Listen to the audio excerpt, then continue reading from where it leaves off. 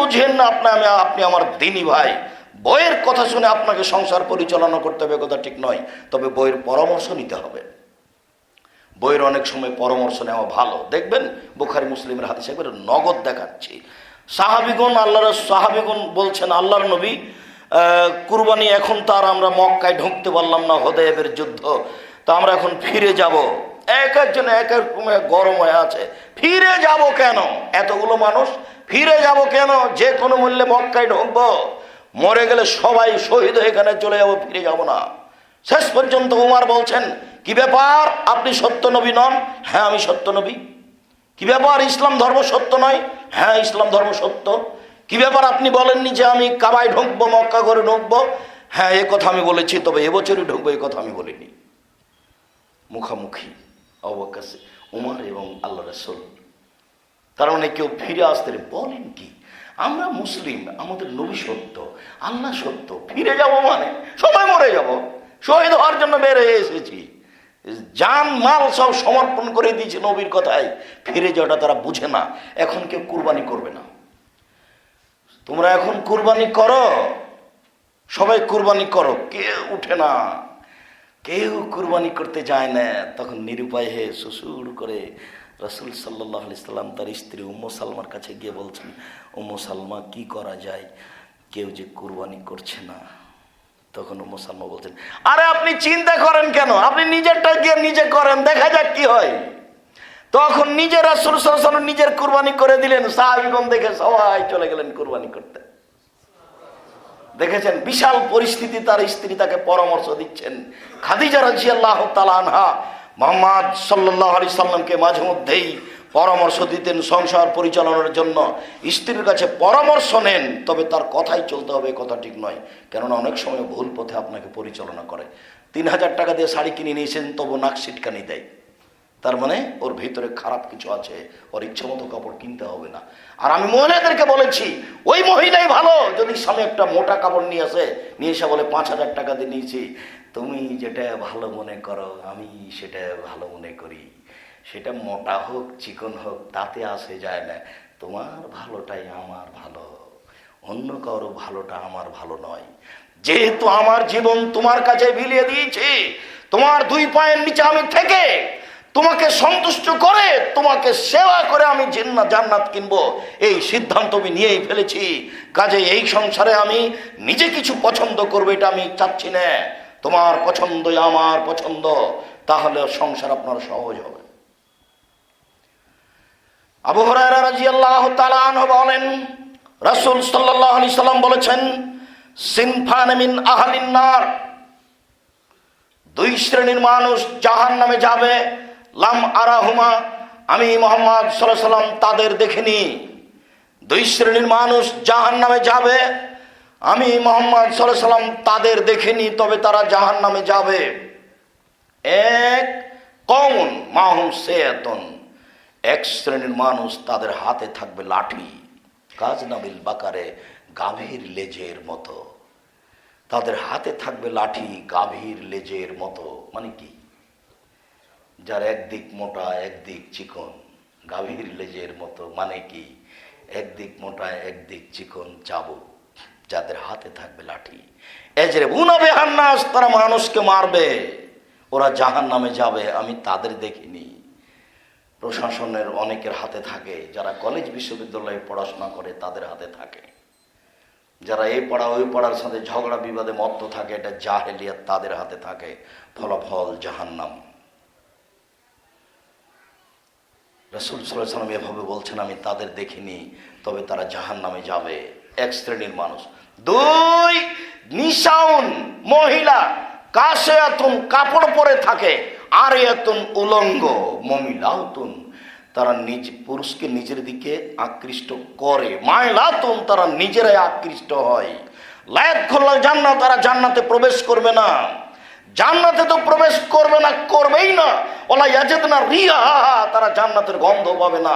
Final Riha লা তুজাদু মিন মাসিরাতি কাদা ওয়া কাদা, যেই জান্নাতের গন্ধ 1 বছরের দূরত্ব পথ থেকে পাওয়া যায়, এইখানে জান্নাতের এই জায়গাটা থেকে একটা দ্রুতগামী ঘোড়া দৌড়াতে লাগলো, এক বছর যাবৎ দৌড়িয়ে যত পথ যাবে, একটি দ্রুতগামী ঘোড়া, ওই পথের মাথায় যদি আপনি দাঁড়ান তাহলে আপনি জান্নাতের গন্ধ পাবেন, কিন্তু এই মহিলা জান্নাতের গন্ধও পাবে না। এ কথা মুহাম্মদ সাল্লাল্লাহু আলাইহি সাল্লাম বলেন, হাদিস মুসলিম। অনুবাদে দেখে মনে হবে যে আপনার বাড়ি দেখে দেখে বলছেন।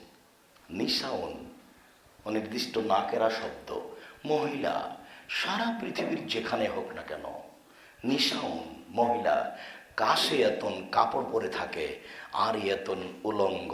কাপড় পরে উলঙ্গ হয়? যার বাস্তবে আপনি আছেন, আপনি দেখতে পাচ্ছেন তার পোশাক উলঙ্গ।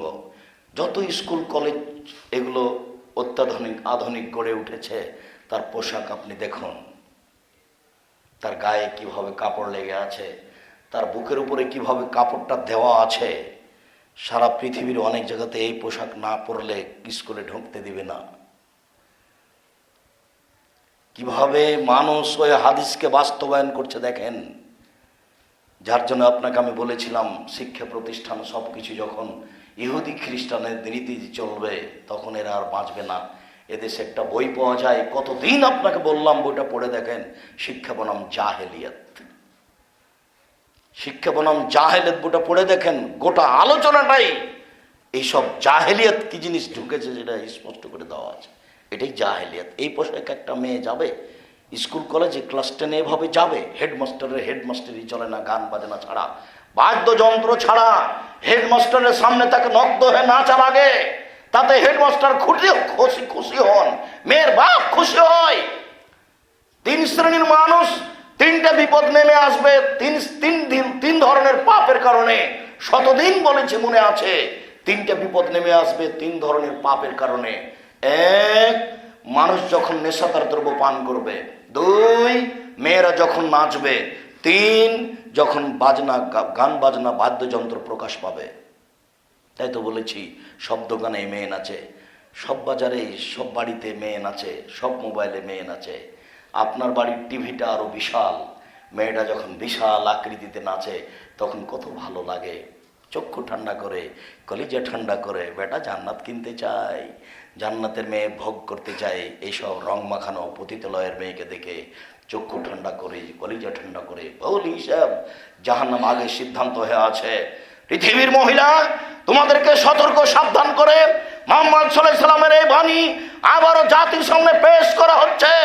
সারা পৃথিবীর সকল এই ধরনের মহিলাদেরকে সতর্ক সাবধান করে বলা হচ্ছে যে তুমি রাসূল সাল্লাল্লাহু আলাইহি সাল্লামের কথাকে আবারও স্মরণ করো। তিনি বলেন, নিসাউন মহিলা, কাসিয়াতুন কাপড় পরে থাকে, আর ইয়াতুন উলঙ্গ, সেটাই হচ্ছে তুমি। মমিলাতুন, তোমাকে দেখে মানুষ আকৃষ্ট হয়। তুমি যখন রাস্তায় চলো তখন 2 ধরনের পুরুষ তোমার দিকে তাকাতে থাকে। মায়লাতুন, তুমি নিজেও পুরুষের দিকে আকৃষ্ট হও। যখন তুমি বাড়িতে ছিলে তখন তুমি ভালোই ছিলে, যখন তুমি বাজারে বের হয়েছ তখন রাস্তায় চললে জানি তুমি কেমন কেমন করো। রাস্তার একবার ডান দিকে যাও, একবার বাম দিকে যাও, একবার চুলে হাত দাও, একবার হাতের উপরে হাত রাখো, একবার হাতের ভাঁজ করো, একবার মুখের ভাঁজ করো, একবার চুলের ভাঁজ করো। কেন জানে কেমন কেমন করো, কেন জানে আনছান আনছান করো। তোমাকে দেখেই বোঝা যায় যে তুমি পুরুষের দিকে আকৃষ্ট হয়েছ। রৌসহনা কাসনেমাতুল বক্তিল মায়লা, তাদের মাথাগুলি থাকে বক্র উটের মতো। লায়াত খোলেন জান্নাত, তারা জান্নাতে যাবে না। জান্নাতে তো যাবে না, তারা জান্নাতের গন্ধ পাবে না, যে গন্ধ 1 বছরের দূরত্ব পথ থেকে পাওয়া যায়। সম্মানিত মসজিদের মুসল্লি, এই ঘোষণা রাসূল সাল্লাল্লাহু আলাইহি সাল্লাম আজ থেকে নিয়ে 1450 বছর পূর্বেই দিয়েছেন। সম্মানিত মসজিদের মুসল্লি, যেসব বিষয়গুলিতে মানুষ জাহান্নামে যাবে তার উল্লেখযোগ্য বিষয়গুলি হচ্ছে এইগুলি। যেসব কারণে মানুষ জাহান্নামে যাবে তার একটি জরুরি কারণ হচ্ছে মানুষের প্রতি জুলুম করা। যারা মানুষের প্রতি জুলুম করবে যে কোনো বিষয়ে সামাজিকভাবে চলতে গিয়ে, তারা জান্নাতে যাবে না। রাসূল সাল্লাল্লাহু আলাইহি সাল্লাম বলছেন, সেই দিন আসার পূর্বে তুমি সংশোধন হয়ে যাও, যেদিন তোমার জুলুম আবার মানুষকে বুঝিয়ে দিতে হবে। যেদিন তোমার কাছে কোনো টাকা পয়সা থাকবে না, সেদিন তোমার জুলুম অনুপাতে তোমার নেকি নিয়ে নেওয়া হবে। যদি নেকি না থাকে তোমার, তাহলে ওর পাপ নিয়ে তোমার উপরে চাপিয়ে দেওয়া হবে। ওর পাপ কমে গেল, ও যাবে জান্নাতে, তুমি যাবে জাহান্নামে। তুমি এ ব্যাপারে সাবধান থাকো। যারা যাকাত দেয় না তারা ফকির মিসকিনের উপরে জুলুম করে। যারা যাকাত দেয় না তারা জাহান্নামে যাবে। যারা মানুষের অর্থ জমি জায়গা দখল করে জোর করে তারা জাহান্নামে যাবে, তারাও জালেম।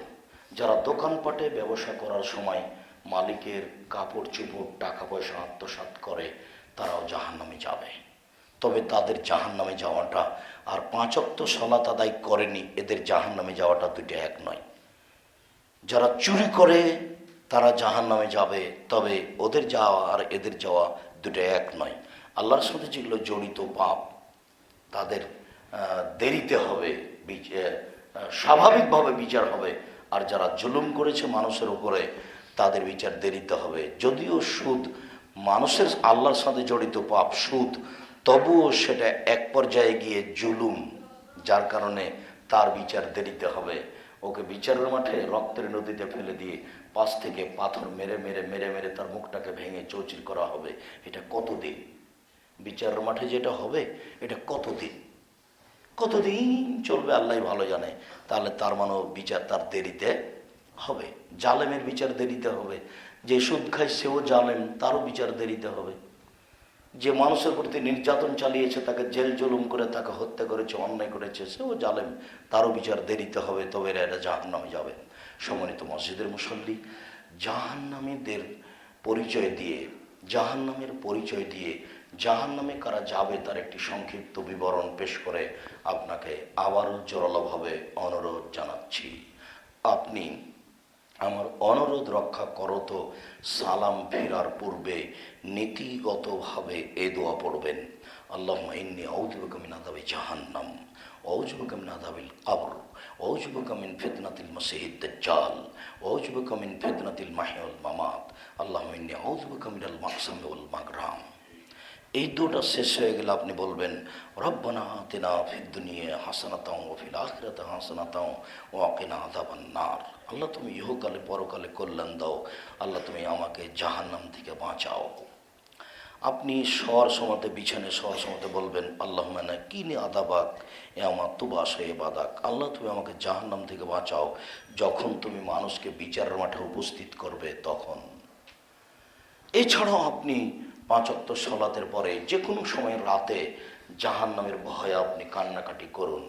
আর আপনি সকালে এবং বিকালে 3 বার করে বলবেন আল্লাহুম্মা আজিরনি মিনান নার, আল্লাহুম্মা আজিরনি মিনান নার, আল্লাহুম্মা আজিরনি মিনান নার।